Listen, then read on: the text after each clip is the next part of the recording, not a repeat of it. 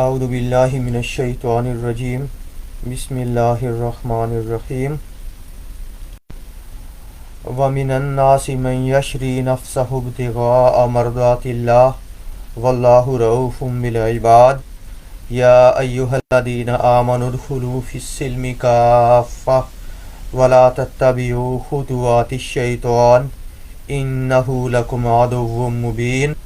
فَإِن زَلَلْتُم مِّن بَعْدِ مَا جَاءَتْكُمُ الْبَيِّنَاتُ فَاعْلَمُوا أَنَّ اللَّهَ عَزِيزٌ حَكِيمٌ هَلْ يَنظُرُونَ إِلَّا أَن يَأْتِيَهُمُ اللَّهُ فِي ظُلَلٍ مِّنَ الْغَمَامِ وَالْمَلَائِكَةُ وَقُضِيَ الْأَمْرُ وَإِلَى اللَّهِ تُرْجَعُ الْأُمُورُ رَبِّ اشْرَحْ لِي صَدْرِي وَيَسِّرْ لِي أَمْرِي وَاحْلُلْ عُقْدَةً مِّن لِّسَانِي یفقہوا قولی۔ سورۃ البقرہ کی پچھلی دفعہ ہم نے آیت نمبر 204 سے 206 پڑھی تھی، اور اس کے اندر ہم نے پڑھا تھا کہ کچھ خاص لوگوں کے بارے میں پڑھا تھا کہ وَمِنَ النَّاسِ مَن يُعْجِبُكَ قَوْلُهُ فِي الْحَيَاةِ الدُّنْيَا وَيُشْهِدُ اللَّهَ عَلَى مَا فِي قَلْبِهِ وَهُوَ أَلَدُّ الْخِصَامِ۔ کچھ لوگ ایسے ہوتے ہیں کہ زبان سے بلند و باغ دعوے کرتے ہیں ایمان کے، لیکن عملی طور پہ جب اس چیز کی باری آتی ہے کہ اپنے ایمان کا عملی طور پہ اپنے عمل سے مظاہرہ کریں، جو زبان سے وہ دعویٰ کرتے ہیں، دعوے کو اپنے عمل سے اس کی توثیق کریں، تو اس وقت وہ لوگ جو ہیں وہ نفاق کا مظاہرہ کرتے ہیں۔ ہم نے یہ پچھلی دفعہ یہ آیات پڑھی تھی۔ آج اسی کی بالکل دوسری صورت دکھائی جا رہی ہے کہ ایسے لوگ جو ایمان کے اندر خالص ہوتے ہیں، جن کے اندر نفاق نہیں ہوتا، جن کے اندر بناوٹ نہیں ہوتی، اور ایسے لوگوں کے بارے میں ایک بڑی ہی پیاری بات بیان کی گئی ہے، اور یہ فرمایا گیا کہ وَمِنَ النَّاسِ، اور لوگوں میں سے کچھ ایسے بھی ہیں، من جو یشری، جو کہ بیچ ڈالتے ہیں، نفسہ، اپنے نفس کو، اپنی جان کو۔ نفس کا مطلب ہے جان، اور ہو کا مطلب ہے، یہ ہو کی ضمیر من الناس کی طرف ہے، ٹھیک ہے، یعنی وہ ان لوگوں میں سے کچھ ایسے بھی ہیں جو کہ اپنی جان کو بیچ ڈالتے ہیں۔ کہتے ہیں کہ فلاں نے اپنے آپ کو بیچ دیا۔ کس لیے بیچ ڈالتے ہیں؟ ابتغاء ہوتا ہے کسی چیز کو چاہنا، ٹھیک ہے، کسی چیز کو حاصل کرنا، ابتغاء حاصل کرنے کے لیے۔ مرضات کا مطلب ہوتا ہے مرضی، رضا،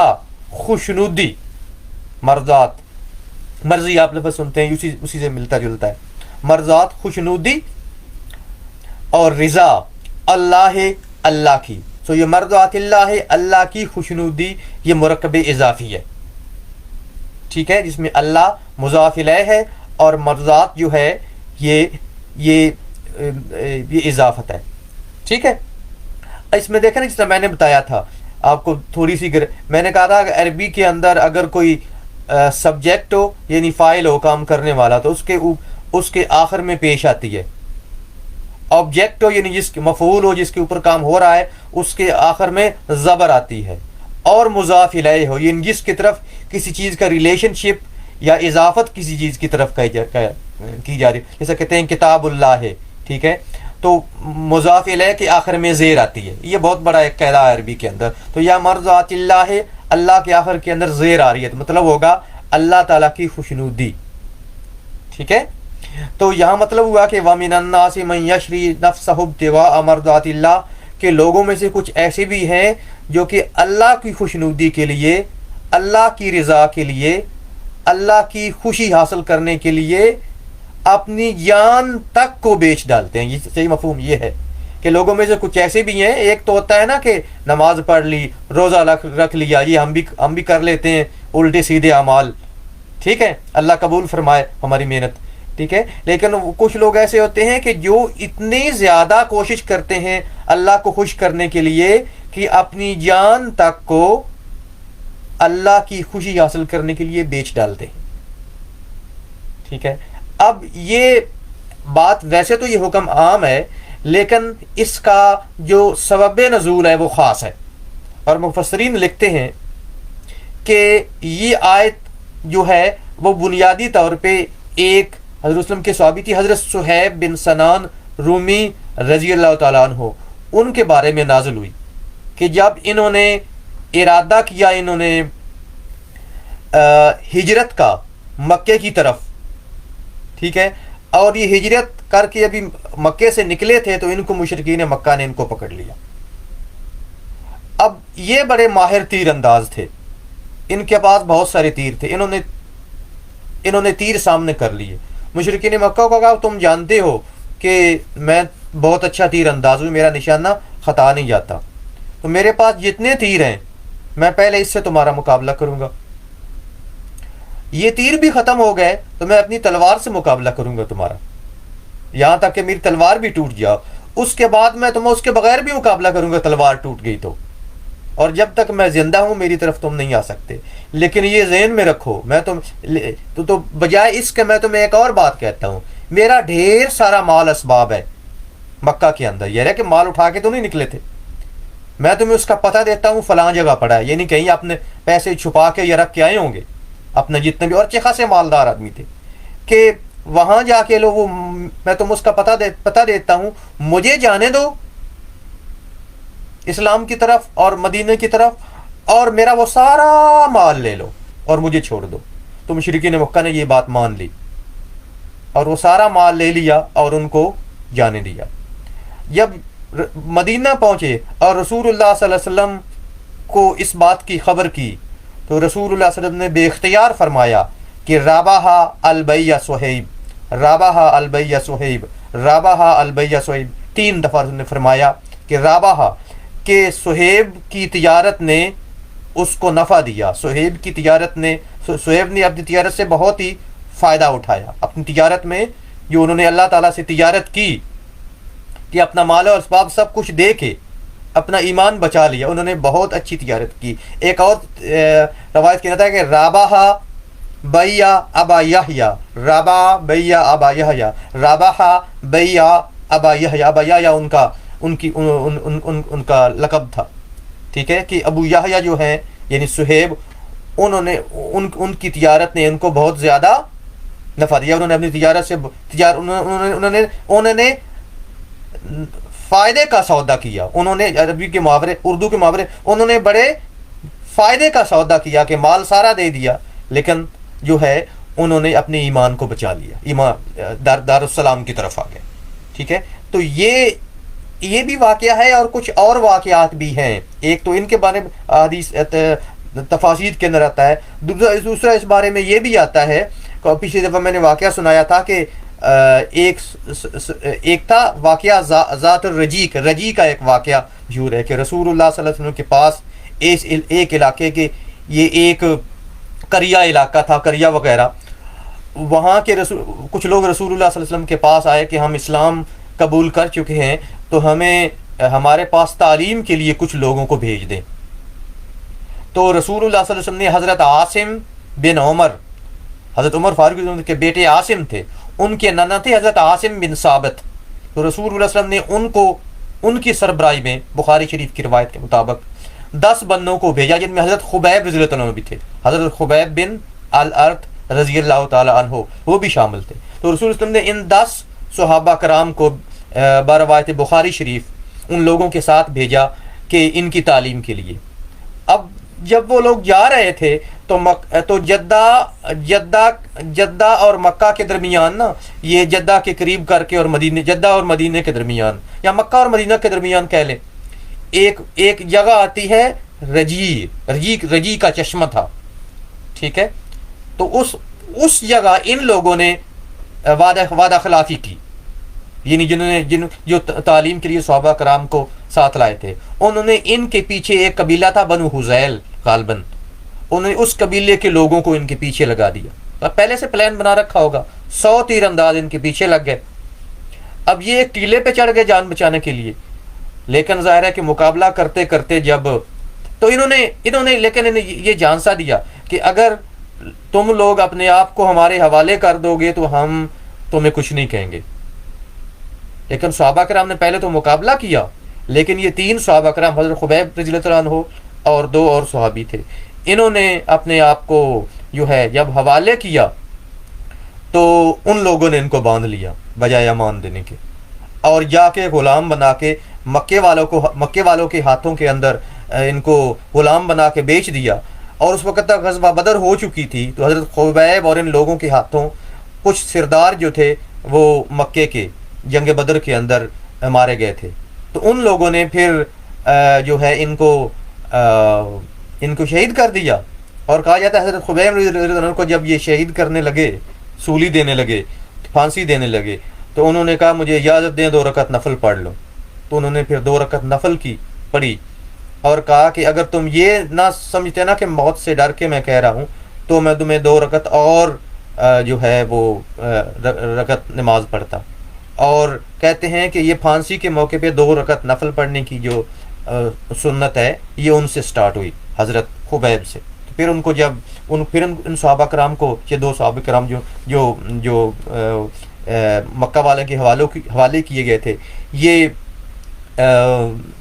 ان کو پھانسی دے دی گئی۔ اب یہ خبر جب مدینہ پہنچی تو مدینے کے کچھ منافقین نے بدگوئی کی ان صحابہ کرام کی، یہ رجی کے واقعے والے صحابہ کرام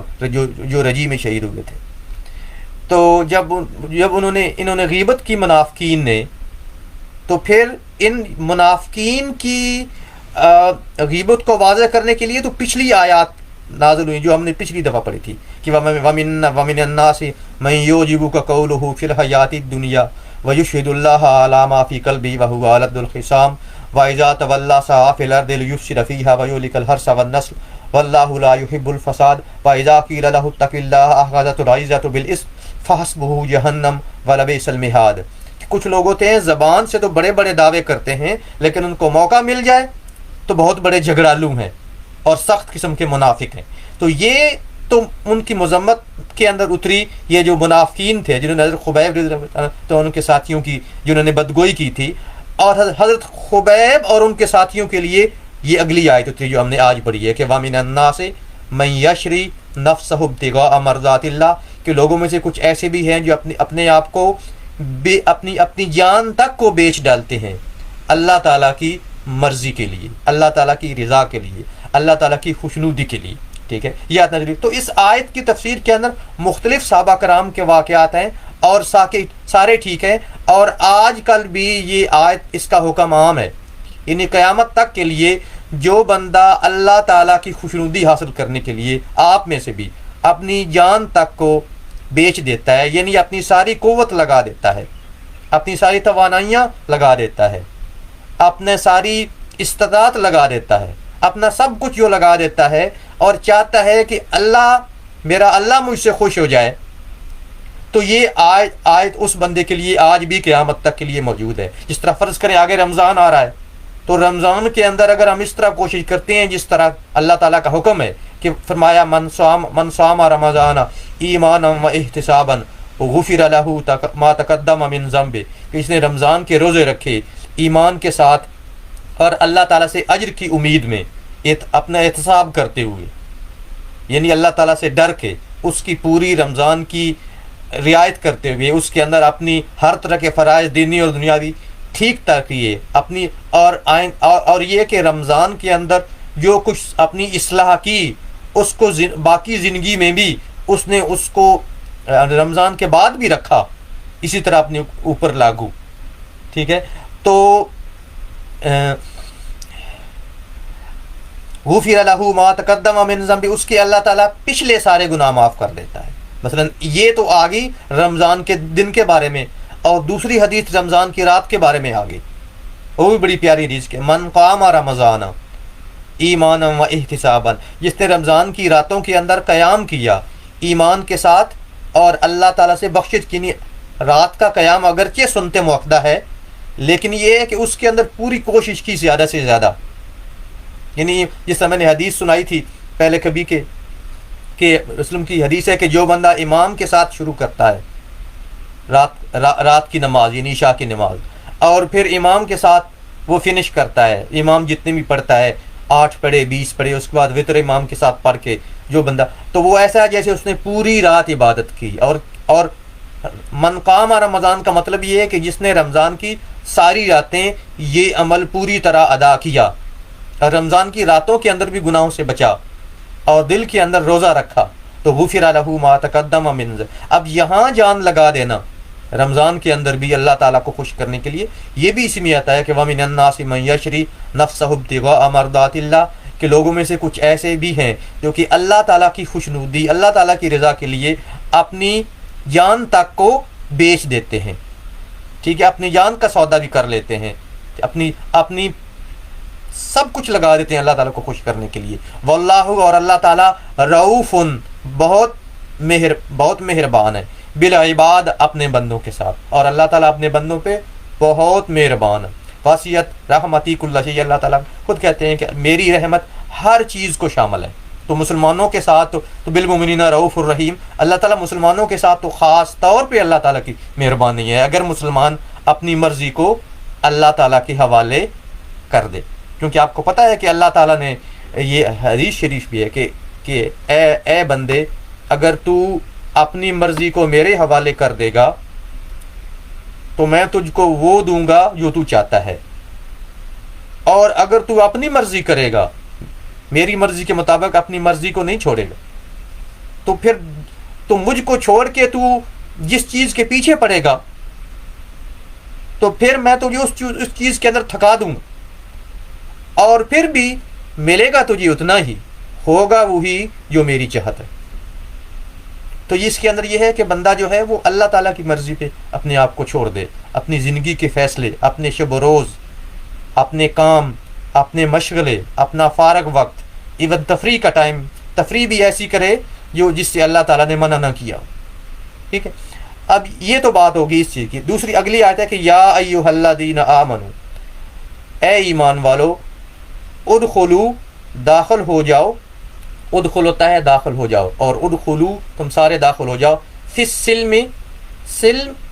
کے معنی دو ہوتے ہیں، سلم کا مطلب صلح بھی ہوتا ہے اور سلم کا مطلب اسلام بھی ہوتا ہے، یہاں بالاتفاق مفسرین یا سلم کا مطلب اسلام ہے۔ فی السلم، داخل ہو جاؤ اسلام کے اندر، کافہ، پورے کے پورے، جمیعاً، کافتاً جمیعاً، سارے کے سارے، مکمل طور پہ، کہ اے ایمان والو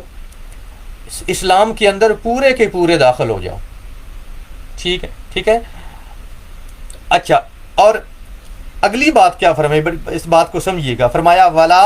اور نہ، ولا تتبعوا، اور نہ اتباع کرو، اتباع کرنے ہوتے ہیں پیروی کرنا کسی کی، ولا تتبعوا، اور نہ اتباع کرو، خطوات، قدموں کی، الشیطان، شیطان کی، یہ دیکھ مرکب اضافی ہے، وہی خود شیطان کے آخر کے نیچے زیر ہے، نون کے نیچے، تو یہ خطوات الشیطان ہے، شیطان کے قدموں کی، اور شیطان کے قدموں کی پیروی نہ کرو۔ اب اس کا میں نے پہلے بتایا تھا، غالباً یہ پہلے لفظ گزرا تھا کہ خطوہ کا مطلب ہوتا ہے کسی کے چلنے سے وہ قدم کے جو نشان پڑتے ہیں نا، مثلا ایک بندہ فرض کریں چل رہا ہے اور اس کے چلنے سے جگہ ایسی ہے کہ جہاں پاؤں لگ رہے ہیں وہ نشان بن رہا ہے، تو وہ جو قدموں کے نشان بنتے ہیں نا ان کو خطوہ کہتے ہیں، اس کی جمع ہے خطوات، ٹھیک ہے۔ اور یہ عربی فریز کے اندر اتباع خطوہ کا مطلب ہوتا ہے کسی کے پیچھے چل پڑنا، کسی کی پیروی کرنا، کسی کی اطاعت کرنا، یہ سارے معاملات ساتھ ہیں۔ تو ولا تتبعوا خطوات الشیطان، اور شیطان کی پیروی مت کرو۔ اب مفہوم چاہیے کہ اے ایمان والو اسلام کے اندر پورے کے پورے داخل ہو جاؤ، ولا تتبعوا خطوات الشیطان، ولا تتبعوا خطوات الشیطان، اور شیطان کی پیروی مت کرو۔ اس کا مطلب کیا ہوا کہ اسلام کے اندر پورا داخل ہونا، یہ تو ہے صحیح اسلام، اور اسلام کے اندر جو بندہ پورے کا پورا داخل نہیں ہوتا، کچھ مان لیتا ہے اسلام کی باتیں جو طبیعت کو موافق ہو یا حالات کے مطابق، جس میں انسان کی دنیا کا نقصان نہ ہو، ایسی وہ تو مان لیتا ہے، اور جس میں تھوڑی بہت مشقت آئے یا جس میں تھوڑی بہت نقصان کا اندیشہ ہو یا جس کے اندر کوئی مشقت ہو وہ چھوڑ دیتا ہے، ٹھیک ہے۔ تو ایسے کرنے کو دوسرے لفظوں میں شیطان کی اتباع کہا گیا ہے، کہ جب بندہ اسلام کے اندر پوری طرح داخل نہ ہو، کچھ مان لے اور کچھ نہ مانے، تو اس کو کہتے ہیں شیطان کی پیروی کرنا۔ اور یہ کسی اور جگہ بھی آتا ہے،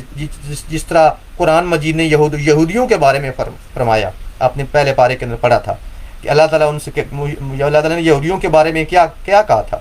کہ افتؤمنون ببعض الکتاب فتکفرون ببعض، کیا تم کتاب اللہ کی بعض چیزوں کو مان لیتے ہو اور بعض کو نہیں مانتے؟ اور جو یہ دیکھیں نا، جو قرآن، جو اللہ تعالیٰ کی شریعت کی کچھ چیزیں مان لے اور کچھ نہ مانے، آگے اس کی سزا بیان کی گئی سورۃ البقرہ کے اندر، افتؤمنون ببعض الکتاب وتکفرون ببعض فما جزاء من یفعل ذلک،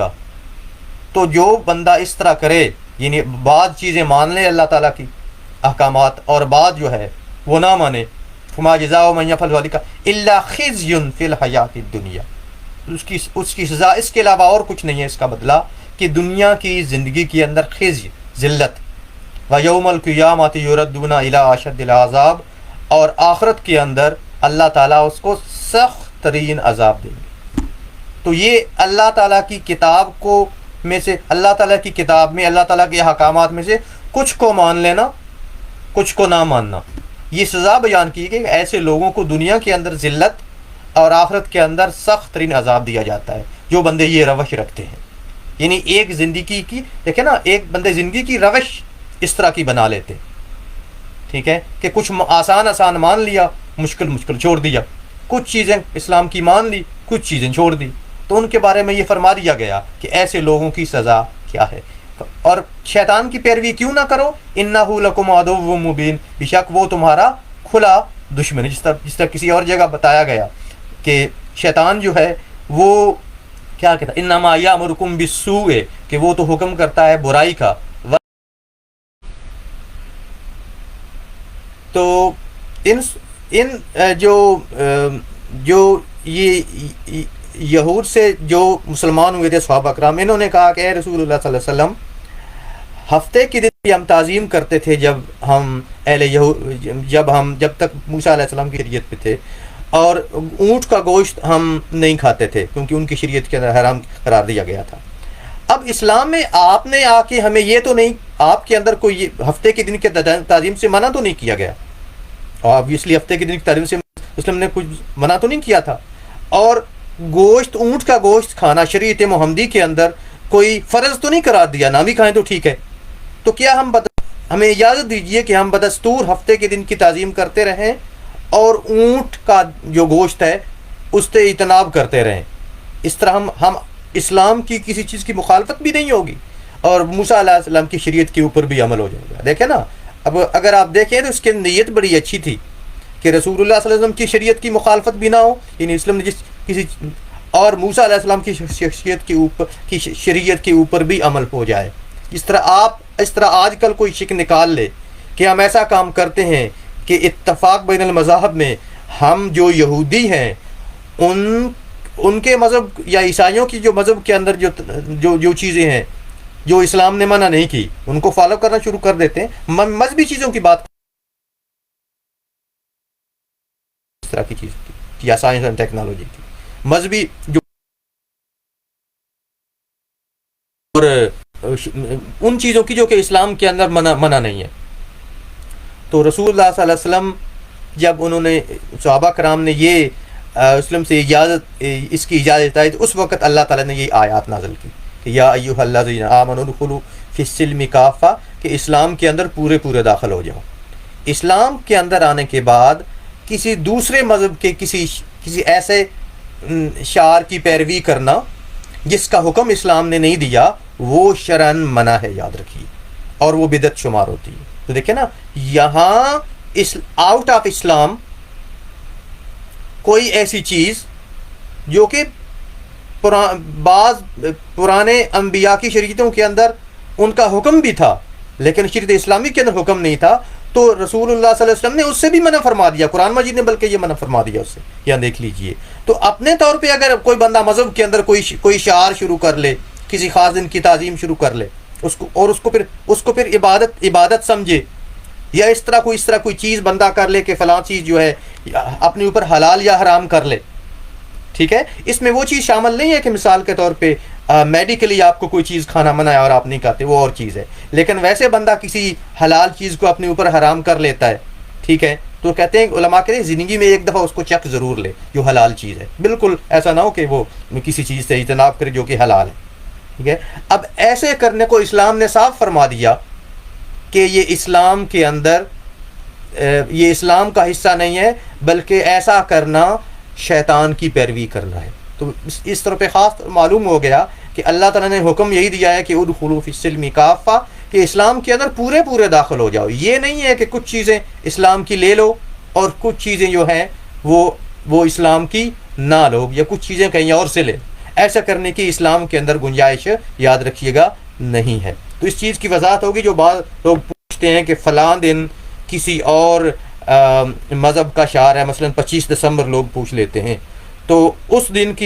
دن کو ہم بھی سیلیبریٹ کرنا شروع کر دیں کرسمس کو، تو کیا وہ جائز ہے یا نہیں؟ تو میرے خیال میں قرآن مجید کی اس آیت کی تفسیر سے اس کا ڈائریکٹ حکم معلوم ہو گیا کہ کسی دوسری قوم کا جو مذہبی شعار ہے، ٹھیک ہے، ایک تو ہے نا جو مذہبی شعار نہیں ہے وہ اور چیز ہے، کوئی ایسی سیلیبریشن جو مذہبی شعار نہیں ہے وہ اور اس کی اور بات ہے، کیونکہ اس کو گناہ یا ثواب سمجھ کے نہیں کیا جاتا اس مذہب کے اندر۔ لیکن جو کسی دوسری قوم کا مذہبی شعار ہے اس کو آپ نہیں منا سکتے، یاد رکھیے گا۔ اور وہ اس کی بھی اس کے جائز نہ ہونے کی بھی یہی آیت دلیل ہے، جو کہ یہ جو یا ایھا الذین آمنوا ادخلوا فی السلم کافہ، اور اس کی تفسیر کے جو احادیث مذکور ہیں وہ ساری جو ہیں اس کے اوپر شاہد، ٹھیک ہے۔ اب اس کے آگے اللہ تعالیٰ نے پھر اگلی آیت کے اندر یہ فرمایا کہ بعض دفعہ ایسا ہوتا ہے کہ بندہ جب عمل کر رہا ہوتا ہے نا شریعت کے اندر، تو اس وقت بندے سے غلطی بھی ہو جاتی ہے، تو فرمایا کہ ادخلوا فی السلم کافہ، اسلام کے اندر پورے داخل ہو جاؤ، ولا تتبعوا خطوات الشیطان، اور شیطان کی پیروی نہ کرو، انہ لکم عدو مبین، وہ تمہارا بڑا واضح دشمن ہے، بڑا کھلا دشمن ہے تمہارا، ڈھکی چھپی بات بھی نہیں، ٹھیک ہے۔ اور اس سے آگے جو فرمایا فَإِن زَلَلْتُمْ، زلہ ہوتا ہے کسی کا پھسلنا، جو پھسلنا ہوتا ہے اس کو زلہ یا ذلو کہتے ہیں۔ فرمایا فَإِن زَلَلْتُمْ، پھر اگر تم پھسل جاؤ، من بعد ما جاءتکم البینات، اس کے بعد کہ تمہارے پاس آ گئے البینات و واضح احکام، یعنی واضح احکامات آنے کے بعد اگر تم ڈگمگا گئے، ٹھیک ہے،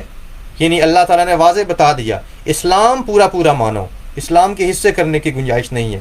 کہ اسلام کی عقائد اور عبادات تو مان لو لیکن اسلام کا اکنامک سسٹم، معاشی نظام آپ نہ مانو، یا اسلام کے اندر اذکار تو آپ بڑے کرتے ہو مسجد کے اندر جا کے، لیکن اسلام کا جو سیاست کا نظام ہے اس کو تم ماننے سے انکار کر دو، یا اس طرح اور کوئی چیز، ٹھیک ہے۔ فرمایا فَإِن زَلَلْتُم مِّن بَعْدِ مَا جَاءَتْكُمُ الْبَيِّنَاتُ، اگر تمہارے قدم ڈگمگا جائیں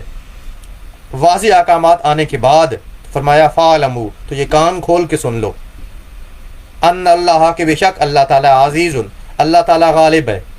اللہ تعالیٰ غالب ہے، یعنی اللہ تعالیٰ جو ہے اس چیز پہ قادر ہے کہ تمہیں دنیا کی زندگی کے اندر بھی عذاب دے سکتا ہے اور آخرت کے اندر بھی عذاب دے، جس طرح میں نے پیچھے بتایا تھا، ٹھیک ہے، کہ افتؤمنون ببعض الکتاب وتکفرون ببعض، کیا تم لوگ جو ہے وہ کتاب کے بعض حصے کو مانتے ہو اور بعض حصے کو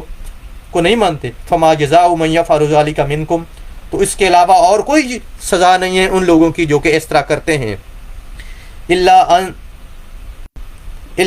الا خزی فی الحیات الدنیا، کہ دنیا کی زندگی کے اندر ان کے لیے ذلت، ویوم القیامت یردون الی اشد العذاب، اور آخرت کے اندر ان کو سخت ترین عذاب دیا جائے گا۔ تو فرمایا کہ اللہ تعالیٰ دنیا کے اندر بھی عذاب دے سکتا ہے اور آخرت کے اندر بھی، یہ عزیز کا مطلب ہے، اللہ تعالیٰ غالب ہے اس بات پہ، قدرت رکھتا ہے، حکیم، اللہ تعالیٰ حکمت والا ہے۔ اور یہ بھی ہو سکتا ہے کہ اللہ تعالیٰ دنیا کے اندر ڈھیل دیتا رہے، یہ مت سمجھنا اگر تم اسلام جو ہے 2022 میں بیٹھ کے اسلام کی کچھ چیزیں مان رہے اور کچھ چیزیں نہیں مان رہے، اور اللہ تعالیٰ اگر عذاب نہیں دے رہا، تم پہ کرم کیے جا رہا ہے، ٹھیک ہے، تو اپنا محاسبہ کرتے رہنا، اس کا مطلب یہ نہیں کہ اللہ تعالیٰ نے چھوڑ دیا، اپنے ذات کا محاسبہ کرتے رہنا کہ کتنے % عمل کر رہے ہو اللہ تعالیٰ کی شریعت پہ، ٹھیک ہے، اور وہ بعض دفعہ حکمت والا ہے، کسی وجہ سے وہ بعض دفعہ عذاب کے اندر ڈھیل کر دیتا ہے، اور بعض دفعہ اتنی ڈھیل دے دیتا ہے کہ قیامت کے دن صرف پوچھے گا۔ کچھ چیزیں اسلام کی مان لی اور کچھ چیزیں جو ہے ان کو چھوڑ دیا، تو اللہ تعالیٰ جو ہے اس کا حساب اللہ تعالیٰ ضرور لے گا، ٹھیک ہے، چاہے حساب اسی دنیا سے شروع کر دے اور چاہے صرف اللہ تعالیٰ جو ہے وہ آخرت کے اندر اس کا جو وہ حساب لے۔ تو ایک تو یہ بات کہہ دی، اور پھر فرمایا کہ حل ینظرون الا ان یأتیہم اللہ فی ظلل من الغمام والملائکہ وقضی الامر وإلی اللہ ترجع الامور، کہ حل ینظرون، کیا یہ لوگ اس بات کے، یعنی یہ عام طور پہ جو لوگ یہ روش اختیار کرتے ہیں، ٹھیک ہے، خاص طور پہ کفار سے اس آیت کے اندر یہ جو ہے وہ خطاب کیا گیا ہے کہ حل ینظرون، کیا یہ لوگ اس چیز کے منتظر ہیں، انتظار کر رہے ہیں اس چیز کا، الا کہ ان یاتیہم اللہ، کہ اللہ تعالیٰ ان کے پاس آئے، فی ظلال من الغمام، ظلہ کہتے ہیں سائے کو، یا سائبان کو بھی کہتے ہیں، مثلا بادل آتا ہے اس کے نیچے سایہ آ جاتا ہے، تو وہ جو سایہ ہے اس کو ظلہ کہہ سکتے ہیں۔ غمام جو ہے، غمم جو ہوتے ہیں ویسے تو ایسی کوئی بھی چیز جو ڈھانپ لے، چاہے وہ گرد ہو جو اوپر سے ڈھانپ لے، یا بادل ہو یا کچھ بھی، اس کی جمع ہے غمام، تو یہاں بادل کے مطلب کے اندر ہے۔ اور کہ کیا یعنی یہ کیا یہ لوگ اس بات کے منتظر ہیں کہ ان کے پاس اللہ تعالیٰ آئے بادل کے سائے کے اندر، بادل کے سایوں کے اندر، والملائکۃ، اور فرشتے بھی آئیں، وقضی الامر، اور بات کا فیصلہ ہو جائے، یعنی اللہ تعالیٰ کا جو حساب کتاب ہے اللہ تعالیٰ وہ پورا کر دے ان کا، یعنی جو غلط کر رہے ہیں ان کو اس کی سزا مل جائے۔ وإلی اللہ ترجع الامور، اور اللہ کی طرف ہی تمام امور جو ہیں ان کا رجوع ہوتا ہے، تمام امور کا رجوع، یعنی ہر چیز ہوتا ہے اچھا برا جو آپ کریں گے وہ اللہ تعالیٰ کے پاس محفوظ ہو جائے گا، اللہ تعالیٰ اس کا حساب لے گا یا اس کی جزا دے گا اگر اچھا ہے۔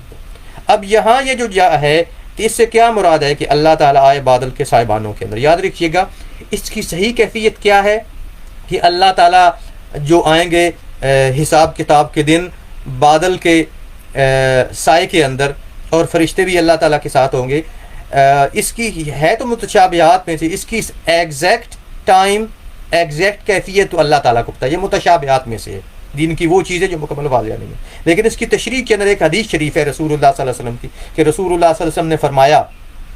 کہ قیامت کے دن جب سارے انسان جو ہیں وہ روز محشر کے اندر سب انسانوں کو جب اٹھایا جائے گا اور سارے انسان حشر کے میدان میں کھڑے ہوں گے،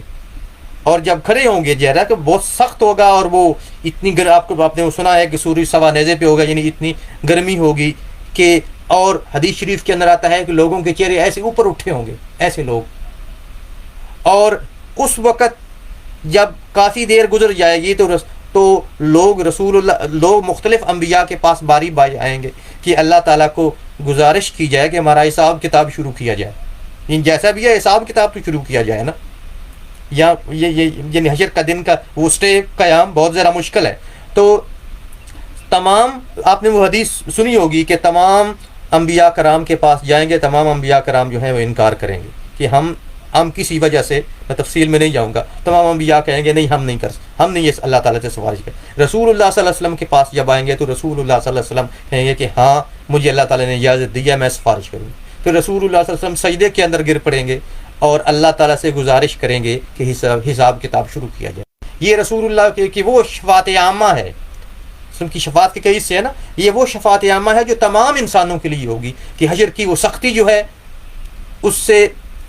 حساب کتاب ہونے تک، یہ جیسے کہتے ہیں رسول کی شفاعت عامہ، تو رسول اللہ صلی اللہ علیہ وسلم اللہ تعالیٰ رسول کی شفاعت قبول فرمائیں گے۔ اور پھر یہ ہے کہ حدیث شریف کے اندر آتا ہے کہ پہلا آسمان پھٹے گا، پھر دوسرا آسمان پھٹے گا، پھر پہلے آسمان پھٹے گا اس کے سارے فرشتے نیچے آئیں گے، پھر دوسرا آسمان پھٹے گا، پھر تیسرا ساتواں آسمان پھٹے گا، اس کے بعد پھر اللہ تعالیٰ جو ہے وہ بادل کے سائبانوں کے اندر آئیں گے، یعنی اوپر بادل ایسے سایہ کیے ہوں گے، اس کے لیے اللہ تعالیٰ عرش کے اوپر ہوں گے، اور اللہ تعالیٰ کے فرش کو جو ہے جس طرح آیا وَيَحْمِلُ یوم، اللہ تعالیٰ کے جو فرش کو سمانیہ، اللہ کے 8 فرشتے اللہ تعالیٰ کے عرش کو اٹھائے ہوئے ہوں گے، باقی فرشتے بھی اللہ تعالیٰ کے ساتھ ہوں گے، تو اس وقت اللہ تعالیٰ پھر تشریف لائیں گے اور لوگوں کے درمیان فیصلہ ہوگا، ٹھیک ہے۔ تو یہاں وہ مراد ہے کہ کیا لوگ اب اس دن کی سختی دیکھیے کہ اتنا دن سخت ہوگا کہ کوئی پیغمبر بھی رسول اللہ کے علاوہ اللہ تعالیٰ سے سفارش کی